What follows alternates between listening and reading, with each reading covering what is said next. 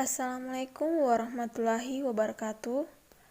Perkenalkan, nama saya Asrima, NIM D1B117141, kelas AGTC.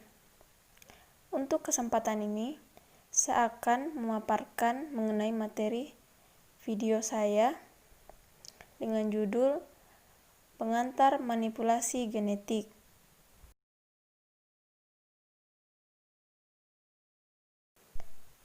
Oke, mungkin langsung saja.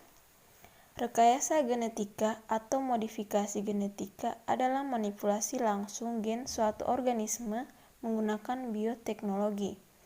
Hal ini merupakan satu set teknologi yang digunakan untuk mengubah susunan genetik dari sel, termasuk transfer gen-gen yang berada dan melintasi batas-batas spesies untuk menghasilkan organisme yang meningkat.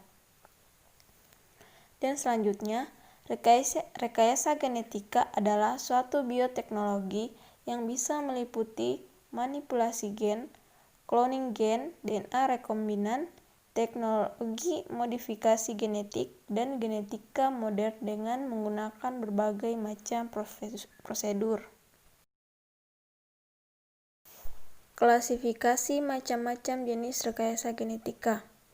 Berikut macam-macam rekayasa genetika, diantaranya yaitu rekombinasi DNA, yang dimana rekombinasi DNA adalah teknik pemisahan dan penggabungan DNA dari satu spesies dengan DNA dari spesies lain, dengan tujuan mendapatkan sifat baru yang lebih unggul. Berikut beberapa produk yang dihasilkan dari rekombinasi gen, diantaranya yaitu pembuatan insulin. Pembuatan insulin ini dihasilkan dari rekombinasi DNA sel manusia dengan plasmid bakteri E. coli. Insulin yang dihasilkan lebih murni dan baik diterima oleh tubuh manusia karena mengandung protein manusia dibandingkan insulin yang disintesis dan gen pankreas hewan. Lanjut, pembuatan vaksin hepatitis.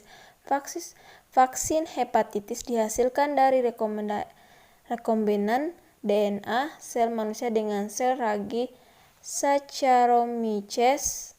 Vaksin yang dihasilkan tersebut merupakan virus yang dilemahkan dan apabila disuntikan ke dalam tubuh manusia akan membentuk antibodi sehingga kebal terhadap serangan hepatitis. Selanjutnya, fusi. Fusi sel atau teknologi hibridoma adalah peleburan dua sel yang berbeda menjadi satu kesatuan. Hibridoma sering digunakan untuk mendapatkan antibodi dalam pemeriksaan kesehatan dan pengobatan. Contohnya, fusi sel manusia dengan sel tikus. Tujuan fusi yaitu menghasilkan hibridoma berupa antibodi yang mampu membelah dengan cepat. Sifat tersebut didapatkan dari sel manusia berupa antibodi yang difusikan dengan sel kanker tikus berupa mieloma yang mampu membelah dengan cepat. Lanjut, transfer inti cloning. Cloning adalah proses reproduksi yang bersifat aseksual untuk menciptakan replika yang tepat bagi suatu organisme. Contoh keberhasilan cloning yaitu cloning pada domba Dolly. Domba Dolly diproduksi tanpa bantuan domba jantan, melainkan diciptakan dari kelenjar susu yang diambil dari domba betina. Kelenjar susu dari domba Dorset dimanfaatkan sebagai donor inti sel dan sel telur domba Blackface sebagai resipien.